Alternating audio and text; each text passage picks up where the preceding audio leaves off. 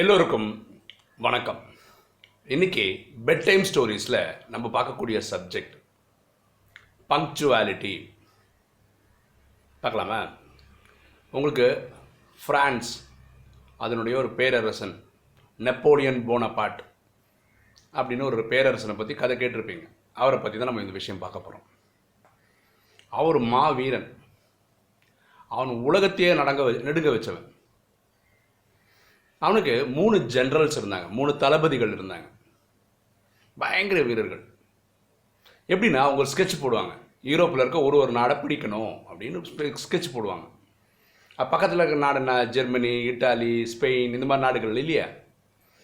எப்படி sketch போடுவாங்கன்னா, for example சொல்லணும், இட்டாலியை பிடிக்கணும். இன்றைக்கி என்ன டேட்டு? 15ஆம் தேதி. இட்டாலியை பிடிக்கிறதுக்கு எத்தனை நாள் வேணும் ஒரு கணக்கு போடுவாங்க. ஃபார் எக்ஸாம்பிள் தான் சொல்கிறேன். இன்றைக்கி 15, 25ஆம் தேதி, அதை 10 நாளுக்குள்ளே பிடிக்கணும் அப்படின்னு பிளான் பண்ணுறாங்கன்னு வச்சுக்கோங்களேன். அதில் ஒரு தலைமை சொல்ல, நான் இட்டாலி அகேன்ஸ்டாக போர் தொடுத்துட்டு போகிறேன் அப்படின்னு சொல்லுவார். இனி ஒருத்தர் சொல்ல, நான் ஸ்பெயின் பக்கம் போகிறேன் அப்படின்னு போவார். சில பேர் 2 பேர் சேர்ந்து போவாங்க. இந்த மாதிரிலாம் 10ஆம் தேதின்னு சொன்னான்னு வச்சுக்கோங்களேன், ஒரு 4 நாள் முன்னாடி இல்லையா, அது 4 நாள் 5 நாளுக்குள்ளே அந்த கதையை முடிச்சுடுவாங்க, அதை அந்த நாடை பிடிச்சிடுவாங்க. இப்படி வெற்றி மேல் வெற்றி குவிச்சுக்கிட்டே போகிறான். யார்? Napoleon Bonaparte. ஒன்று அவன் மாவீரன், அவனுக்கு 3 தளபதிகள், ரொம்ப சிறந்த தளபதிகள் கிடச்சிருக்காங்க. இவன் எங்கே தோத்தான்னு பார்த்தீங்கன்னா, Napoleon Bonaparte battle of Waterloo அப்படின்ற ஒரு போரில் தான் தோக்குறான். அது தோக்குறது கூட பியூட்டி என்னென்னா, ஒரு பெரிய பேரரசன் கிட்ட சண்டை போட்டு தோக்கலாங்க, ஒரு சிற்றரசன் கிட்ட தோக்குறான்.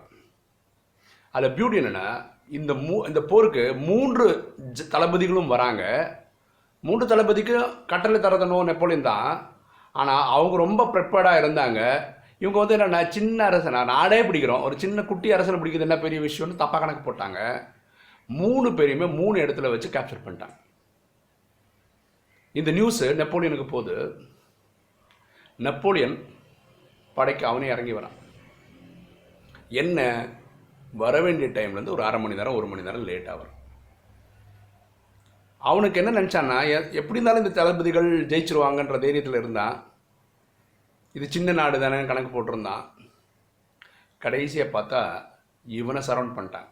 ஒரு பெரிய மைதானத்தில் நெப்போலியன் தனியாகவும் அவனை சுற்றி அந்த எதிரி படையோட வீரர்கள் துப்பாக்கி ஏந்தி இருந்தாங்க. முடிஞ்சிச்சு. யாரோட கதை முடிஞ்சிச்சு? நெப்போலியனோட கதை முடிஞ்சிச்சு.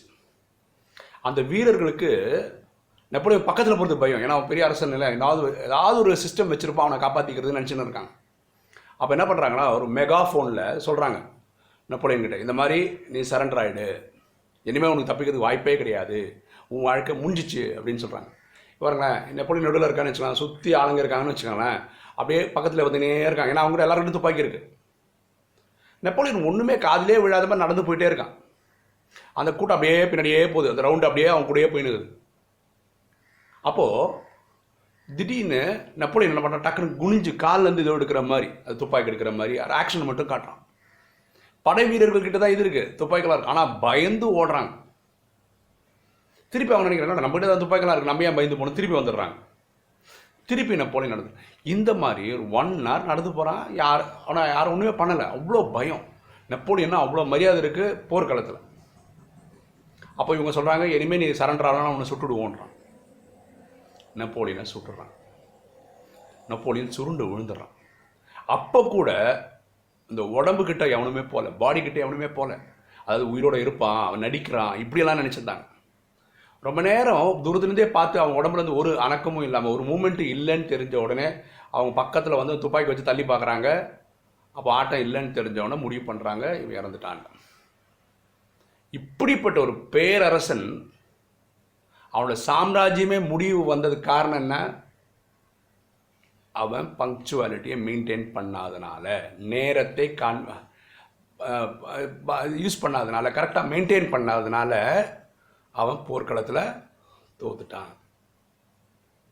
யோசிச்சு பாருங்க, டைமை கீப்பப் பண்ணுறது எவ்வளோ இம்பார்ட்டன்ட் பாருங்கள். அது இல்லாத அவன் பேரரசங்க சரித்திரத்தில் அவன் பேர் பெற்றுட்டுச்சு, வந்துடுச்சு. அவனையே நேரம் காப்பாற்றாதனால ஒரு சகாப்தத்தை முடிச்சிடுச்சு. நீங்கள் நல்லா சாதாரண ஆள். ஸோ பங்க்சுவாலிட்டியை நம்ம மெயின்டைன் பண்ணணும், நேரத்தை தவறக்கூடாது.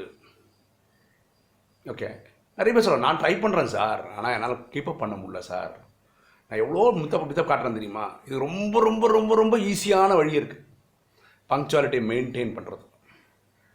அது என்ன ஃபார்முலா சொல்லி தட்டுமா? அதுக்கு பேர் ஸ்டார்ட் இயர்லி. ஸ்டார்ட் இயர்லி அப்படின்னா என்ன? ஃபார் எக்ஸாம்பிள் சொல்கிறேன், இங்கேருந்து நீங்கள் ஒரு இடத்துக்கு போகணும், 9 மணிக்கு அந்த இடத்துக்கு போகணுன்னு வச்சுக்கோங்க. இங்கேருந்து 8 மணிக்கு கிளம்புனா கரெக்டாக இருக்கும்னு வச்சுப்போம் ஒரு எக்ஸாம்பிளுக்கு. அப்போ நீங்கள் எத்தனை மணிக்கு கிளம்பணும்? 7:30 கிளம்பணும். ஏன் தெரியுமா? இந்த அரை மணி நேரம் ஒரு பஃபர்னா ஒரு எக்ஸ்ட்ரா டைம். கரெக்டாக கிளம்புனா 1 ஹவர் போதும். ஒரு டிராஃபிக் கண்ட்ரோல், டிராஃபிக்கில் எந்த பிரச்சனையும் இல்லைன்னா கரெக்டாக போயிடலாம். வேறு எந்த தடங்களும் வரலன்னா நீங்கள் அந்த சொன்ன டைமுக்கு போயிடலாம். இந்த அரை மணி நேரம் எதுக்குன்னா, இந்த தடங்கல்கள் வந்ததுன்னா வேறு மாற்று பிளான் பண்ணியும் நீங்கள் அந்த 8 மணிக்கு அந்த 9 மணிக்கு முன்னாடி இப்போ சேர முடியும். இதுதான் ஸ்டார்ட் இயர்லி அப்படின்னு சொல்கிறதுனுடைய ஈஸியஸ்ட் மெத்தட்.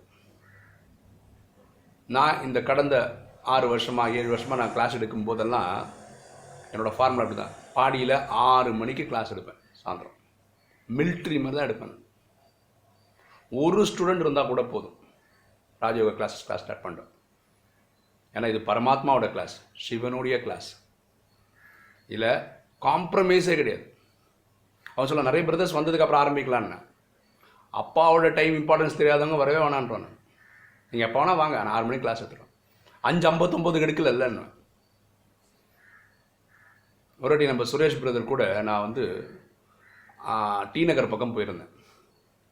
ஒரு 5:15 இருக்கும் நான் டி நகரில் இருக்கும்போது. நான் சொன்னேன் 6 மணிக்கு எனக்கு கிளாஸு, என்னை கொண்டு போய் கரெக்டாக விட்டுணும், இல்லைன்னா நான் என்ன பண்ணுவேன்னு உங்களுக்கே தெரியாதுங்க. நான் சொல்கிறேன், என்ன பிரதர் ஒரு 5 நிமிஷம் 10 நிமிஷம் அப்படி போனேன், நான் சான்ஸே இல்லை. விரட்டின்னு வந்தார், என்னை கொண்டு வந்து 5:50 விட்டார். எனக்கு நேரம் ரொம்ப முக்கியம். இதுக்கு முக்கியமான காரணம் வந்து ஆர்எஸ்எஸ் தான். என்னோடய ட்ரைனிங் அங்கே அப்படி தான், மிலிட்ரி மாதிரி தான் கற்றுக் கொடுத்தாங்க.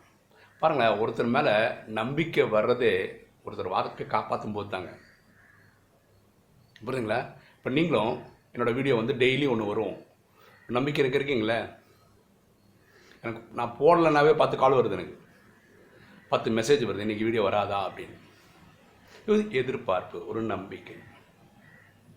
புரியுதுங்களா?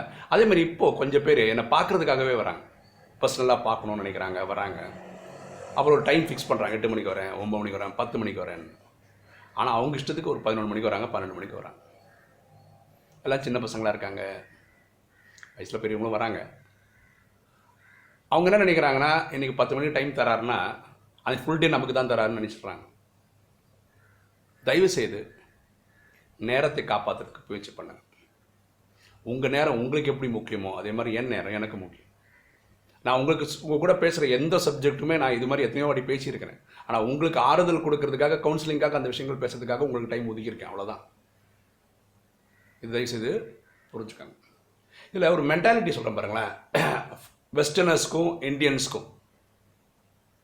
இப்போது ஒரு ஜாப் பண்ணுறோம், ஒரு வேலை பண்ணுறோம், ஒரு டெட்லைன் கொடுக்குறாங்கன்னு வச்சுக்கோங்களேன். இந்த மாதம் 30ஆம் தேதி நான் முடிச்சு தரேன் அப்படின்னு நம்ம சொன்னோம்னா, ஒரு இந்தியன் மென்டாலிட்டிக்கு அதுக்கு என்ன அர்த்தம்னா, இந்த மாதம் 30ஆம் தேதி நைட்டு 12 மணி வரைக்கும் எனக்கு டைம் இருக்குன்னு நான் புரிஞ்சுக்கிறேன். இதுதான் இந்தியன் மென்டாலிட்டி. ஆனால் இது ஒரு வெஸ்டர்னர், யூரோப்பில் இருக்கவனோ ஒரு அமெரிக்காவில் இருக்கவனோ, அவனுக்கு நான் வந்து 30ஆம் தேதி உனக்கு இந்த வேலையை முடிச்சு தரேன்னு சொன்னால் என்ன அர்த்தம்னா, 29ஆம் தேதி 12 மணிக்கு நான் முடிச்சுட்டு அவங்ககிட்ட கொடுத்துட்டேன்னு அர்த்தம். அதாவது 30ஆம் தேதி அவர் பார்க்கலாம், அதை ரிசல்ட்டாக பார்க்கலான்னு அர்த்தம்.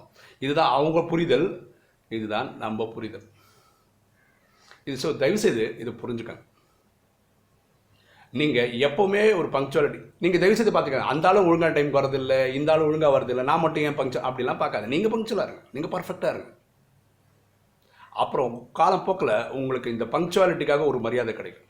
இவரை நம்பலாம், தகுந்த ஆள் தான் புரிஞ்சுப்பாங்க. ஓகேங்களா? ஓகே, இப்போது இன்னைக்கு நான் கேரளாவுக்கு போகிறேன். எங்கள் அப்பா கேரளாவில் ஒரு கோயில் கட்டியிருக்கிறார். 18ஆம் தேதி கும்பாபிஷேகம். வேறு வழியே இல்லை, நானும் போய் தான் ஆகணும். அதனால் போகிறேன். நான் ரிட்டர்ன் டிக்கெட் எடுக்கலை. 22ஆம் தேதி என் குழந்தைங்களுடைய பர்த்டே. அதனால் அந்த ஊரில் வச்சு எங்கள் சொந்தக்காரங்களை வச்சு அவங்களுக்கு ஏதாவது ஒரு மதிய சாப்பாடாவது போடணுன்னு ஒரு சின்ன பிளான். அதெல்லாம் முடித்து 23ஆம் தேதி கிளம்புற மாதிரி பிளான். டிக்கெட் எடுக்கல, கிடைக்கும். 23ஆம் தேதி கிளம்பி 24ஆம் தேதி வந்தாகணும். ஏன்னா வந்து தான் ஆகணும். ஏன்னா இந்த மாதம் கடைசிக்குள்ளே குழந்தைங்களுக்கு ஃபீஸ் கட்டணும். ஒரு குழந்தைக்கு 30,000 ரூபா வச்சு கட்டணும். இப்போ 2 குழந்தை இருக்குது. ஒரு குழந்தைக்கு புக்கு மட்டுமே 4,500 ரூபா. ஸோ 9,000 ரூபா புக்கு கட்டணும். ட்ரெஸ் எடுத்தாச்சு, யூனிஃபார்ம் எடுத்தாச்சு, தைக்க கொடுத்துருக்கு, தைக்கிறதே வாங்கணும், அதுக்கு ரெடி பண்ணணும், ஷூஸ் வாங்கணும், அப்புறம் குழந்தைங்களுக்கு தேவையான அதை சின்ன சின்ன விஷயங்கள் அதெல்லாம் வாங்க வேண்டியிருக்கு. எப்படி பார்த்தாலும் ஒரு ரூபா கிட்ட செலவு இருக்குது. இது எல்லாம் ரெடி பண்ணுறது வந்து தான் பண்ணி ஆகணும். எல்லாம் பரமாத்மாட்ட சொல்லியாச்சு. அதுக்கான எல்லா ஏற்பாடும் நானும் பண்ணிகிட்ருக்கேன். என் பிஸ்னஸும் ரொம்ப க்ளோஸில் வந்துன்னு இருக்கேன். எல்லாம் நடக்கும். சரிங்களா? ஓகே, உங்களுக்கு இந்த வீடியோ பிடிச்சிருக்குன்னு நினைக்கிறேன். பிடிச்சிருங்க, லைக் பண்ணுங்கள், சப்ஸ்கிரைப் பண்ணுங்கள், ஃப்ரெண்ட்ஸுக்கு சொல்லுங்கள், ஷேர் பண்ணுங்கள், கமெண்ட்ஸ் போடுங்க. தேங்க்யூ.